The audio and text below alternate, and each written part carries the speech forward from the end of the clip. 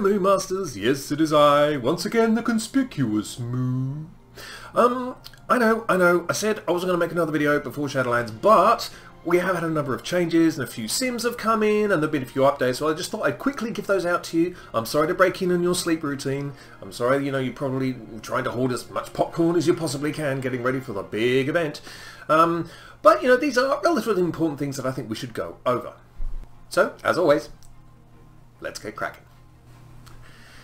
The Rise of Walk with the Ox. Now this one, I'm afraid I got blindsided by this. I didn't see this one coming at all. I'd always been along the assumption that, you know, Walk with the Ox was the kind of conduit that you sort of, you let in, you know, he wasn't really part of the group, but you let him in because you needed an extra person when you're playing football, you know, that kind of a conduit. But it appears that, you know, little Nizzy has been a little more effective than we thought. So I only just realised recently that it's been considered stronger than Scalding Brew for some time, so I'm here to correct the record, so to speak. Now I had a look at a whole bunch of different logs, and I did a little bit of simming of my own. Around Mythic 10s it does seem to be around about the same, but it does have the tendency to pull ahead in 15s because you're taking more damage is more stagger, and that means more stomp damage. Plus, of course, you know, there is a cooldown reduction built into it every time you use Shuffle, so, you know, the cooldown on Invoke Nizal is only 2.5 minutes as opposed to 3. So, yes, at the moment, Walk the Ox is the one to go for. I will just put the caveat in that a lot of the simming is pretty early doors, so these figures are by no means set in stone. As we know, that Blizzard have a tendency at the moment to change things around quite a lot, so but at this present point in time, as you're about to enter the Shadowlands, keep an eye out for the Walk of the Ox conduit, because that's probably a goer. And now, with the miracle of graphics, I have updated this particular page from the Brewmaster guide that I was doing the other day.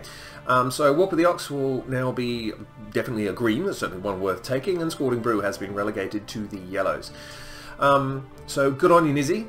Glad to see that you're coming through finally, because, you know, you were doing very little damage, and we were worried that you were going to be, you know, pretty much cute but ineffective. So, yeah, welcome to Shadowlands. Pleased to have you here. Now, there have been some other minor changes as well in the last few days.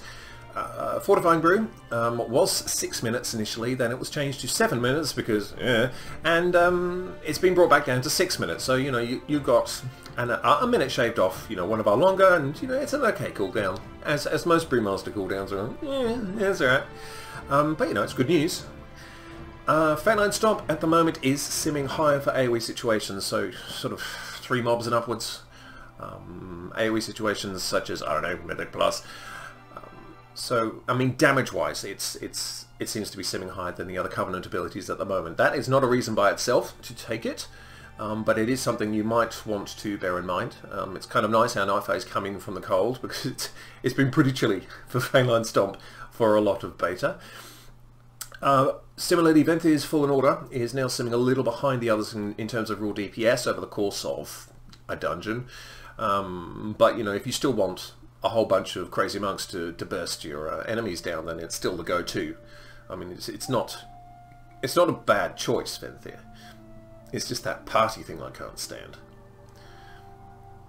A number of Brewmaster abilities have been changed to 1 second global cooldown from 1.5 second global cooldown. One of my watchers very kindly pointed out that Rushing Jadewind in particular had a 1.5 second global cooldown, which was rather annoying, and I wondered why things were a little bit janky there, but that's my new word, janky. I can't get rid of it. Janky. Anyway, it has now been changed to 1 second, and there were a couple of other abilities as well, but you know, they weren't particularly as impactful as Rushing Jadewind, but now they have been brought into the 1 second global cooldown fold. And finally, yes, they left it a little late, they left it pretty close, but they have actually fixed Celestial Flames. So Celestial Flames, if you didn't know, was having a problem with its damage reduction portion, because what it was meant to do is when it procs, it gives you an additional 5% damage reduction on top of the 5% damage reduction you had with Breath of Fire. And instead of giving you 10%, it would give you 4%. And everyone's going, yeah, I don't know about taking a talent that takes me from 5% DR to 4%. Doesn't seem like that's a real goer for me. But they have now fixed that. It's still some distance from being the best talent on that row anyway, but if you feel like taking Celestial Flames, at least it's working now. finally, in this very short video, I just want to say a lot of guides have gone up very, very recently. We've had the Laureled one on Wowhead for a while, but he has been updating it as all of these changes have been coming through last minute. So, Sinzu, who is on the Peak of Serenity Discord as well, has got a guide up on Icy Danes. He's also contributed to the Peak of Serenity guide. If you don't know what Peak of Serenity is, I recommend you do look at it. It's like a home for all things monk, you know, everything from theory crafting and gear to rate my mog. It's got everything there. And if you haven't joined the Peak of Serenity Discord, I do highly recommend it. I am in there. I lurk around to make silly comments from time to time. But you know, you can, if you want to have some help with analysing logs, if you want to do some theory crafting of your own, if you have a whole set of different questions about, you know, which one should I go for, that is a great, great place to go. Just for like an instant response. You might get redirected to the pins if it's too generic a question, but, you know, if you have something, there's lots of people there that are very, very eager to help, and they also moderate rather well as well, so any troublemakers usually get touch of death on the way out. I will link all the descriptions, and I'll pin a link of these links as well in the comments. Yes, that's it. That's all I wanted to bother you about.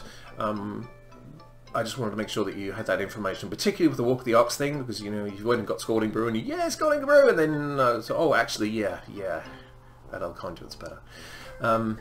Well, it looks like it's better.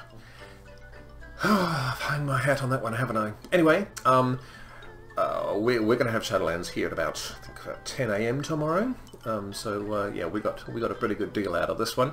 I'm looking forward to it. I hope you're looking forward to it too. Have a lot of fun in Shadowlands. I will be back, of course, with my impressions of it and little tips and tricks, and especially Torghast. I'm very interested about what Torghast has. Torghast has my Child Passions legendary, so I'm very interested in it.